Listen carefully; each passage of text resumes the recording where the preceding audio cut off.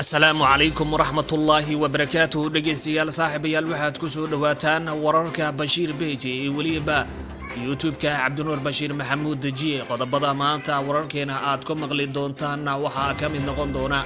qaramada midoobay oo malaayiin dollar ku bixinaysa xal u helida biyo yarida ka jirta Soomaaliya sidoo kale waxaad maqli doontaan xildhibaan Soomaaliyeed oo diiday go'aankii dowladda Kenya xeerada dhadhaab ku saleysnaa sidoo kale waxaad maqli doontaan taliyaha ciidanka booliska Soomaaliyeed oo sheegay in gacanta lagu soo dhigay rag hubeysan oo dhac ka geysanayay magaalada Muqdisho ciidamada dowladda Soomaaliya ayaa kala wareegay amniga degmada Afgoye ciidamada AMISOM sidoo kale waxaad maqli doontaan qodobada dibadda wararkeena aad ku maqli doontaan waxa ka mid noqon doona wasiirada arrimaha dibadda Faransiiska iyo Talyaaniga wadanka dalka Jarmalka ayaa maanta waxa ay gaareen dalka Liibiya qodobadaas ayaad wararkeena ku dhageysan doontaan maanta haddii aan ku hormarno qodobka ugu horeeyana wuxuu noqon doona qaramada midoobay ayaa malaayiin dollar ku bixinaysa xal u helida biyo yarida ka jirta Soomaaliya xafiiska qaramada midoobay oo qaabilsan arrimaha bini'aadanimada ee marka la soo gaabiyo loo yaqaano OCHA ayaa sheegay in 13 milyan oo dollar oo lacagta Mareykanka ay ku bixinayaan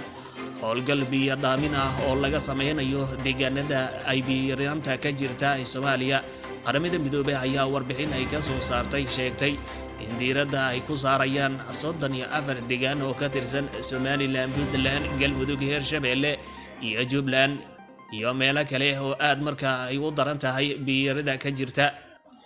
dhanka kale haddii aan fiirino xildhibaan Soomaaliyeed oo diiday go'aankii dowladda Kenya xeerada dhadhaab haddii aan fiirino xildhibaan ka tirsan dowladda Soomaaliya xildhibaan ka tirsan degmada lagu magacaabo dhadhaab xeerada dhadhaab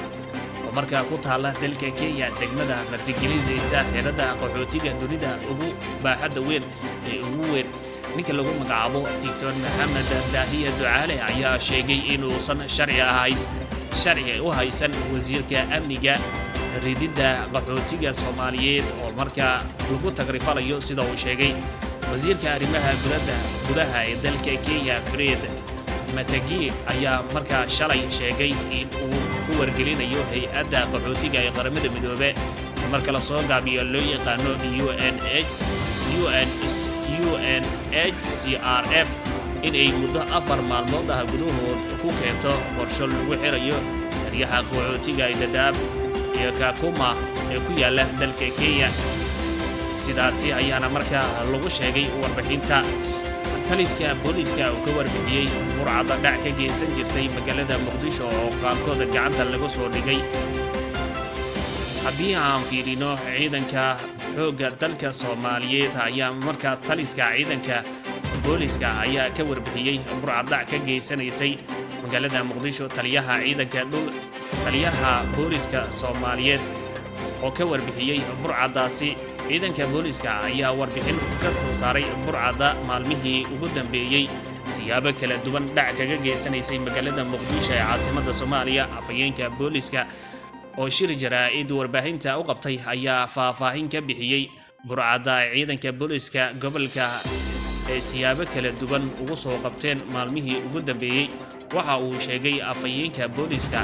inay diiwaangeliyeen 94 kiis oo la xiriirta murcada dhaca ka geysanaysay caasimadda kuwaasoo sheegay inay siyaabo kala duwan u diiwaangeliyeen ayna jiraan sidoo kale kiisas kale oo lagu daba jiro sida uu sheegay dhanka kale haddii aan fiirino ciidanka dowladda Soomaaliya ee markaa ku sugnaa degmada Afgoye ayaa waxaa la sheegay in markaa maanta ay kala wareegeen ciidamada dowladda Soomaaliya ciidamada AMISOM ee amniga degmada Afgoye markaa sugayay taliyaha ciidanka dhulka General Tahliil ayaa sheegay inay ku faraxsan yihiin inay maanta AMISOM kala wareegaan amniga degmada Afgoye isagoo AMISOM ugu mahadceliyay gacantii ay ku lahaayeen sugidda ammaanka Soomaaliya General Shume oo ah ku-xigeenka howlgalka midowga Afrika ee Soomaaliya AMISOM ayaa sheegay in tallaabadan ay ku jirtay qorshaha kala guurka sida uu sheegay ciidanka xoogga dalka ayaa la wareegeen mas-uuliyadda ammaanka dowladda Soomaaliya ayaa dadaal badan ku bixisay sidii tababar ugu qalabayn lahaayeen loogu sameyn lahaa ciidanka xoogga dalka Soomaaliyeed si ay ula wareegaan mas-uuliyadda ammaanka dalka sida warbixinta maanta ee shirka jaraa'idda ay qalab qabteen taliyaasha ciidamada dowladda Soomaaliya ciidamada AMISOM marka ay ku sheegeen.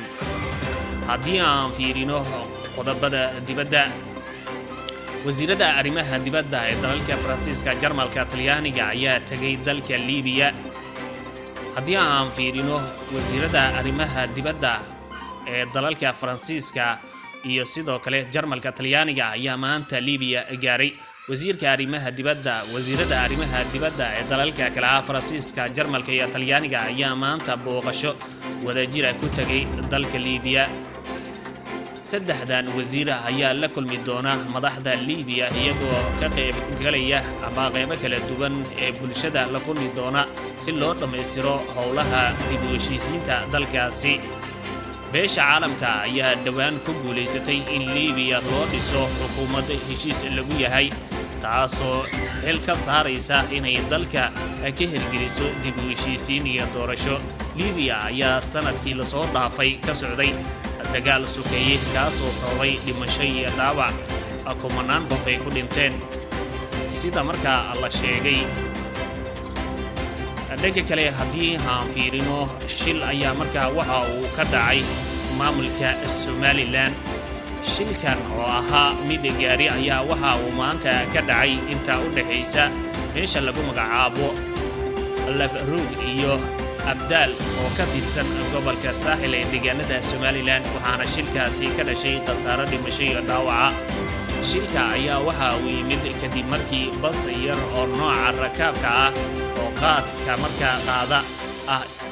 markaa isku dhaceen waxaana shilkaasi ku dhintay hal ruux halka 14 kale ay ku dhaawacmeen kuwaasoo ahaa kuwa gaariga saarnaa. deegaanada Somaliland ayaa waxaa bilihii la soo dhaafay ku soo batay shilalka gaarida iyadoo taasi loo aaneynayo wadooyinka qaarkood oo ah kuwa burbursan. qodobkaasna wuxuu ahaa qodob markaa abdeyda wararka haatan markaa shaashadaha iyo wargeysyada markaa saarnaa ayuu ka mid ahaa. gabi ahaan wararkeenii Bashiir Page aad kala socoteen Cabdinuur Bashiir Maxamuud Tijiye oo YouTube-ka intaas ayaan ku soo gabagabayn doonaa inta aan ku kulmi doona mid lamida warkan waxaan idin leenahay nabadgelyo.